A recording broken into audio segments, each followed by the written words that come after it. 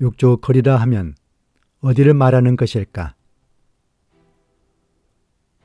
광화문에서 세종로 사거리에 이르는 조선시대의 큰 길이었다. 조선 왕조가 한양을 수도로 정하고 법궁인 경복궁을 세우며 그 앞에 육조 거리는 국가의 권위를 상징하였다. 의정부를 비롯한 육조, 사헌부, 한승부 등이 자리하였는데 주요 정책들이 만들어지는 공간이었다. 육조 거리와 그 사이를 오고 간 관원들의 발자취를 따라가 본다.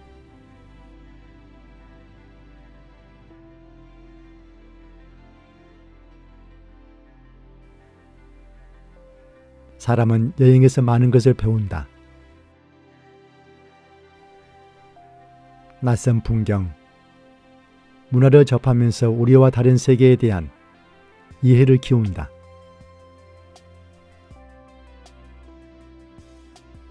그런 비교를 통해 스스로에 대해 더 잘 알게 되기도 한다. 다른 곳으로의 공간 여행이 아니라 다른 시대로의 시간 여행. 오늘은 지금의 세종로에 있었던 조선시대 육조 거리를 거닐어 본다.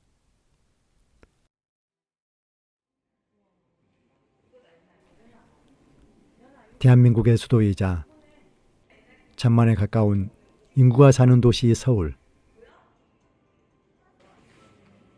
600여 년간 정치, 행정 중심지로 자리 잡은 서울은 어떻게 탄생되었을까? 잠에서 깨어난 조선시대 육조 거리, 서울의 중심 광화문 광장 아래에서 조선 개국 당시의 흔적이 드러났다.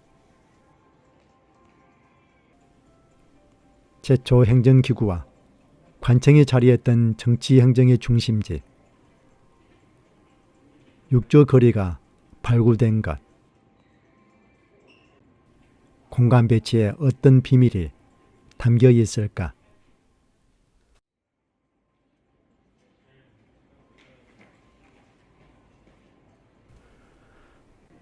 (1392년) 조선을 세운 태조는 민심수습과 풍수지리서 등을 명분으로 송악에서 한양으로 수도를 옮긴다.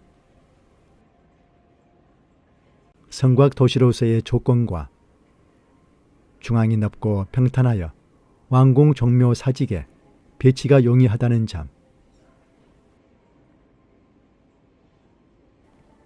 나라의 중심에 위치한 점이 컸다.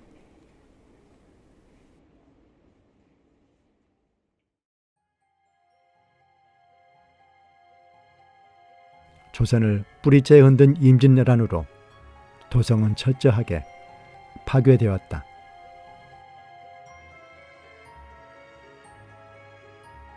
도성안 궁궐이 모두 불에 탔고 육조 거리의 관청들도 운전할 수 없었다.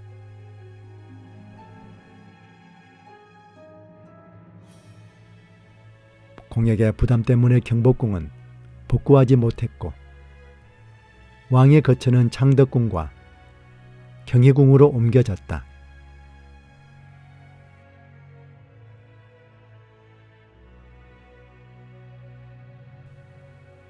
경복궁 안에 설치되었던 여러 관청들도 왕이 머무는 궁궐로 옮겨갔다. 경복궁 밖에 설치되었던 여러 관청들은 왕과의 거리가 크게 중요하지 않았다.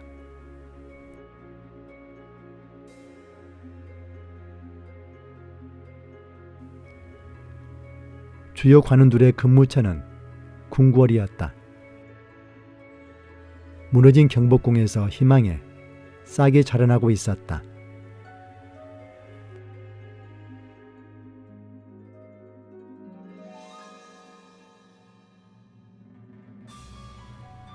영조 임금은 임진왜란 이후의 경복궁을 가장 적극적으로 활용한 왕이었다.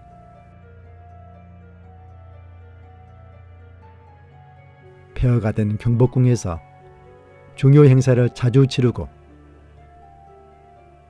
태조가 이룬 업적을 기리고 그 정신을 본받고자 하였다.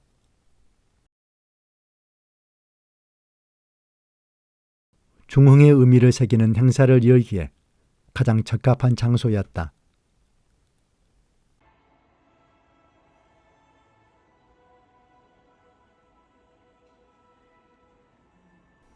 경복궁터가 행사 장소로 사용되기 시작하면서 그 앞으로 넓게 트인 육조거리 또한 행사의 주무대로 이용되었다.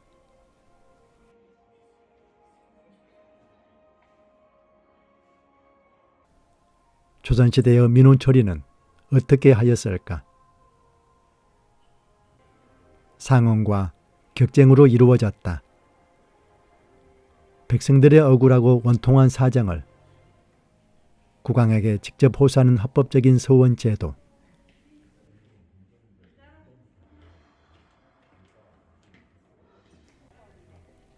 상소가 사회 전반적인 문제를 다루었다면 상언과 격쟁은 주로 개인적인 사정을 소원하는 수단이었다.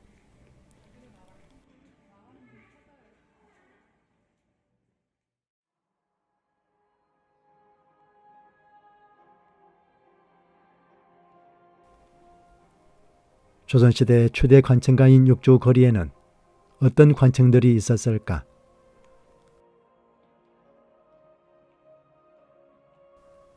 한양에는 중앙관청이 84개가 있었다. 육조거리에 위치한 국정운영에 핵심 관청 의정부가 있다.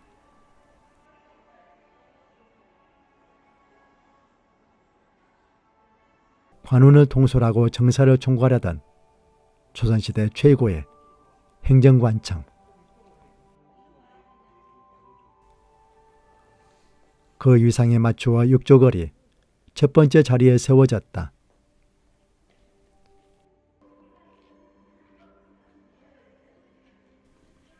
의정부에는 영의정부터 노비까지 108명이 근무하였다.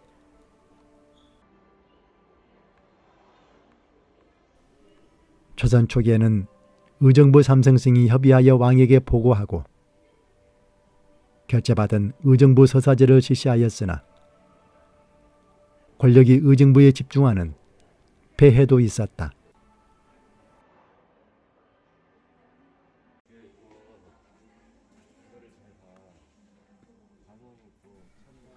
당시의 관청에는 연못이 많았는데 화재시 소화 기능을 담당했다.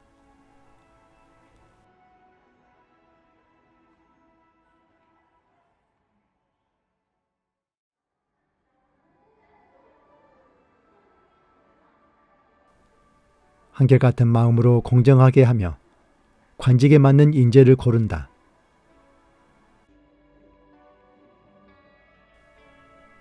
육조 가운데 하나인 이조가 있다.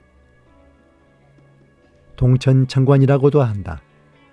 이조는 육조를 대표하는 관청이었다.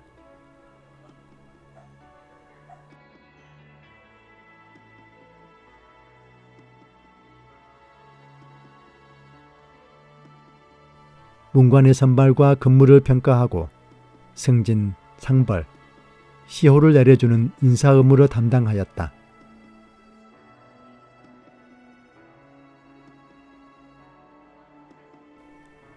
책임자인 판서가 참판과 참의의 도움을 받아 주요 사항을 결정하였다.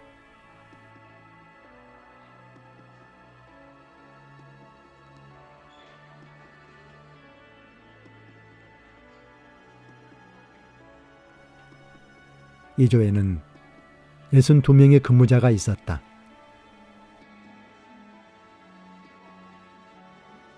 정랑과 좌랑은 인사 업무를 실무하며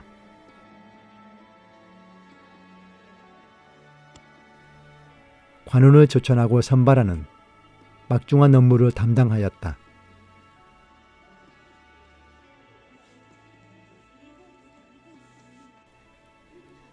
이조의 낭청은 삼사관원의 출정권을 가지고 있어 정치적으로 중요한 역할을 하였다.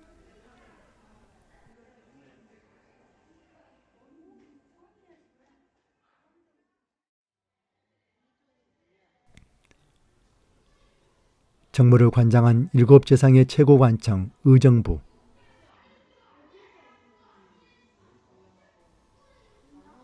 인사권을 가지고 있어 하늘이 내린 관직이라 불린 2조.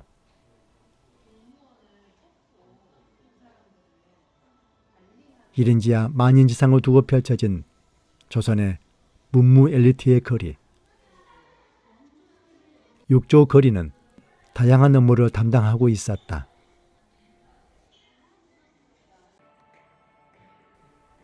조선시대 6조의 하나 호조는 국가의 재정을 담당하는 관청이었다.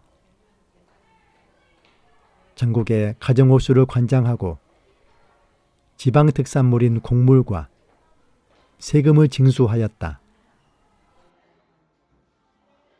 조세를 고르게 하여 백성을 사랑하고 씀씀이를 전략하여 국력을 축적하라. 행정의 집행, 회계장부의 작성 관리 등의 업무를 담당하였다.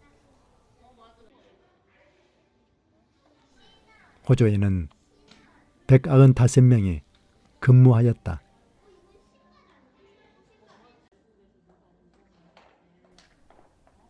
예조는 어떤 업무를 담당하였고 몇 명이 근무하였을까?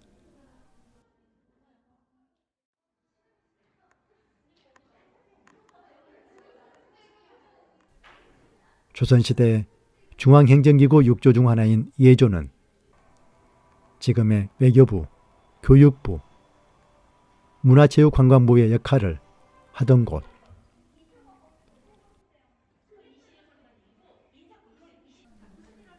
현재 광화문이 보이는 정부저울청사 앞에 있었다. 본연의 독자적 업무 외에도 이조, 병조, 형조와 함께 포괄적인 관련이 있었다.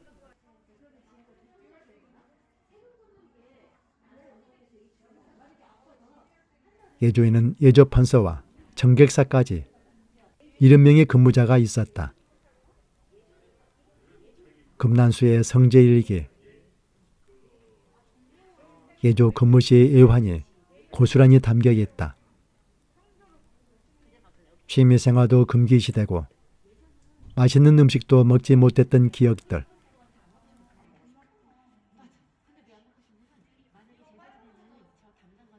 제사를 지내는 예행 연습도 7일 동안 했지만 필요 없게 되었다고 실망하던 얘기를 전하고 있다.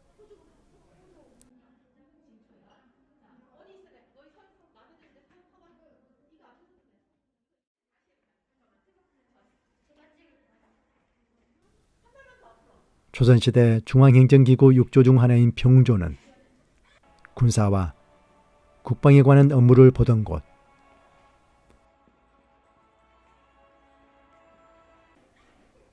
지금의 국방부 역할을 했던 곳으로 외교부 청사 인근에 있었다.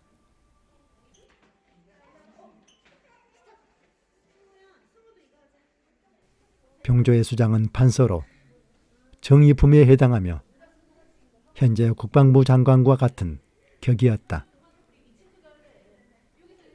174명이 근무하였다.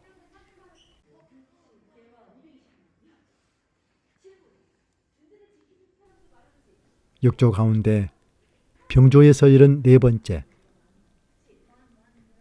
나라의 안보가 달린 국방이라는 중대한 업무를 맡은 곳이어서 병조 판서의 실권은 이조 판서 다음인 2번째였다.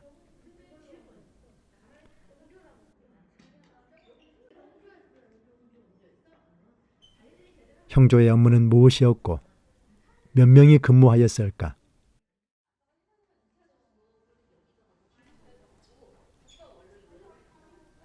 육조의 하나 형조는 매우 공정하고 신중히 시행하며 힘써 법문을 준수하라. 사법과 범죄자의 형벌, 집행 등을 맡아보는 관청이었다. 현재의 법무부,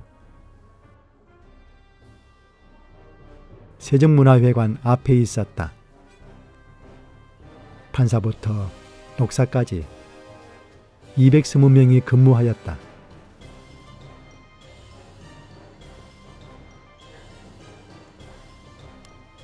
육조 가운데 서열은 5번째.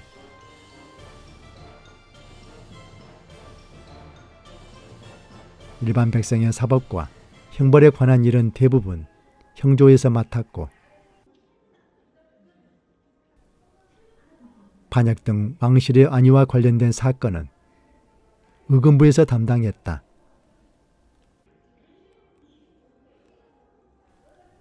공조를 알아본다.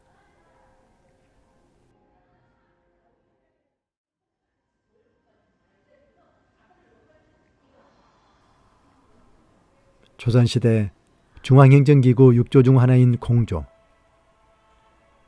국가의 토목공사, 공예품 제작, 산림 관리 등을 맡았던 곳. 현재는 국토교통부와 해양수산부, 산업통상자원부와 같은 역할을 담당했다.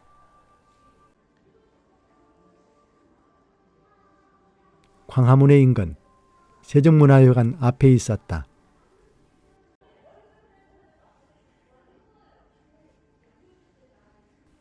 수장은 판서로 정의품에 해당하며 72명이 근무하였다.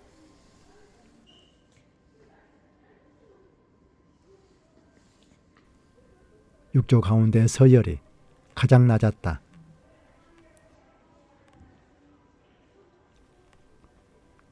외적의 침입 등 국가적 비상사태 발생 시 소집되는 비변사 회의에 공조 판서는 제외되었다.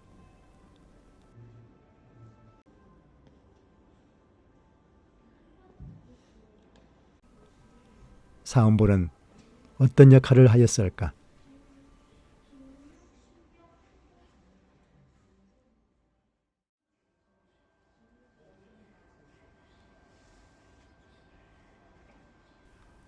언론의 활동, 사찰, 풍속을 바로 잡는 일, 거짓된 일을 관장하였다.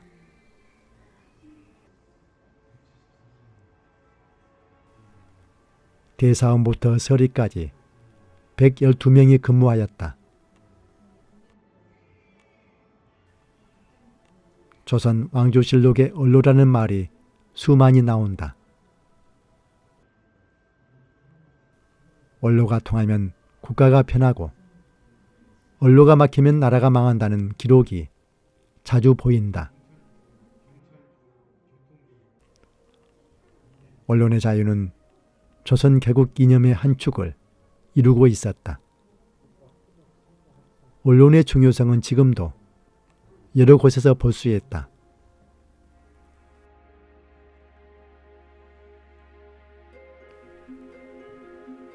조선시대 기로수라는 관청은 세계적으로도 유리를 찾기 힘들다. 연로한 고위 관리들의 대우를 위해 별도로 세워진 관청.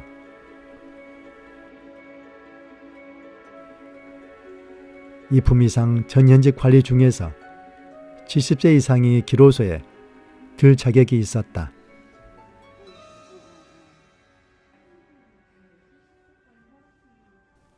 처음에는 경로당과 같은 친목기구의 성격을 띠었으나 영조 이후 왕도 참여하면서 관청 서열 1위로 법제화하였다.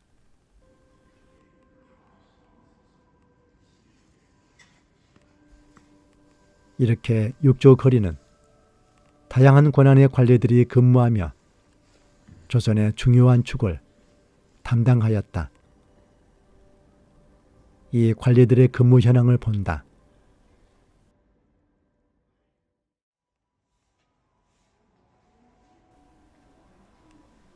현재 공무원에 해당하는 관청의 출퇴근 시간은 어떻게 되었을까?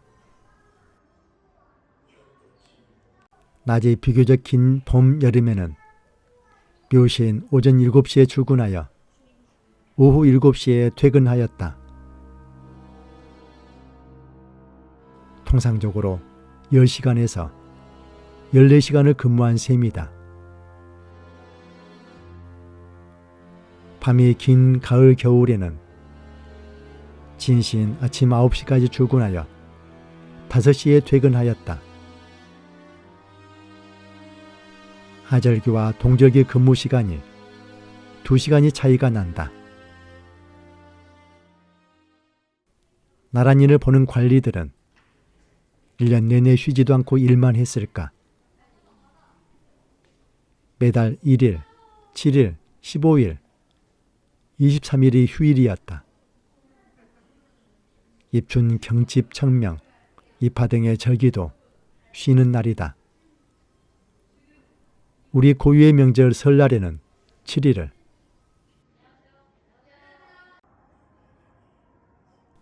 대보름과 단오, 연등회 때에는 3일을, 추석은 하루만 쉬었다. 관원들은 매우 정해진 날에 녹봉, 월급을 받았다. 직접 수령하는 것이 원칙이지만 당시의 관원들은 이익과 관련된 일에 직접 나서길 꺼렸다.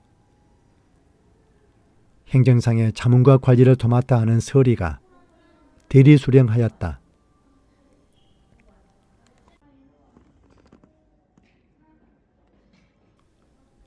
육조거리를 출퇴근하는 사람들의 사생활을 들여다보자.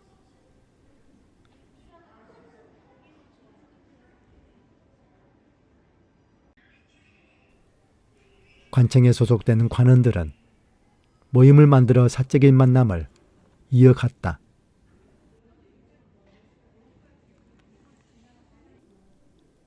다양한 이유를 들어 모임을 만들고 참석자들은 기록과 그림을 그려 남기는 게 유행이었다. 일을 마치고 육조거리를 출퇴근하는 사람들의 음주 문화를 엿본다.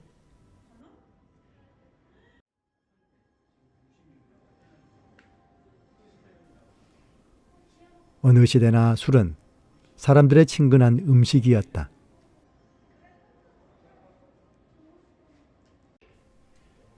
그러나 영조는 가장 오랜 기간 금주령을 이어간 국왕으로 기록되어 있다. 물론 농업국가에서는 가뭄 등으로 인해 금주령을 내리곤 했지만 통상 1, 2년에 불과했다.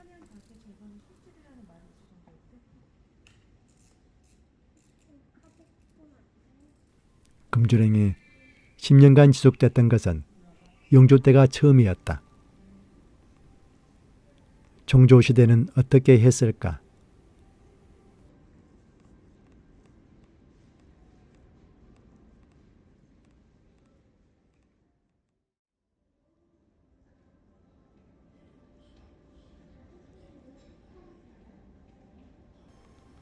금주령을 어긴 관료를 참수하는 등 가혹할 정도로 금주를 엄중하게 집행했던 영조였지만 정조는 술에 대해 관대했다.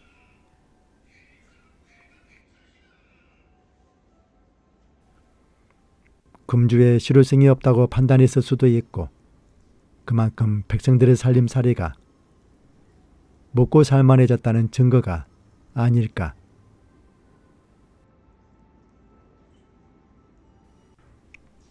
그보다는 단속을 해야 할 관료들이 뇌물을 받고 이를 소홀히 했기 때문이 더 컸을 수도 있다. 대한민국의 정치 행정 문화의 중심 세종대로가 조선의 육조거리였다.